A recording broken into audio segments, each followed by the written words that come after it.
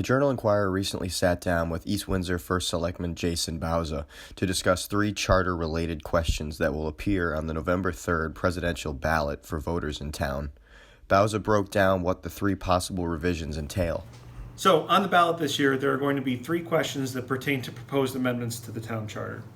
The first one pertains to minor and technical changes that are in the existing body. So we're trying to clean up grammatical errors, capitalizations, spacing, minor technical, non-material changes to the town charter. It's just cleaning up the document so it has less errors throughout.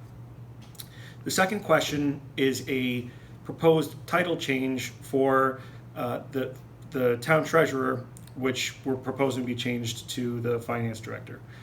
That will not mean any new employees, that will not mean any new duties, it won't mean any new compensation, it's just a title change.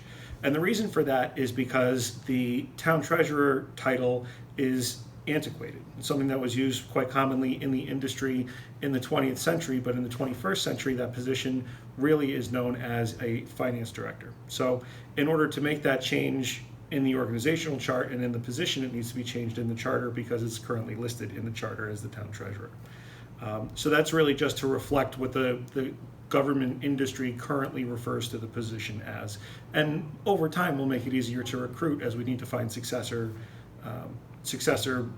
treasurers, hopefully finance directors. And the third question requires that both the Board of Education and the Board of Selectmen put forward a budget for public hearing prior to beginning to make any modifications to the initial proposal. The existing language in the charter is pretty clear that the first selectman needs to put forward a draft budget for the public to opine on before the Board of Selectmen gets started. It's somewhat less clear that the Board of Education needs to do the same, that the superintendent needs to put forward a budget for the public to opine on before the Board of Ed gets to work.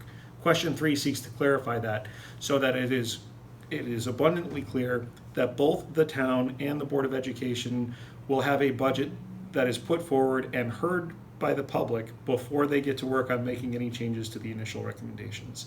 That way, we're being able to be more responsive to any concerns from constituents that are raised in those formats.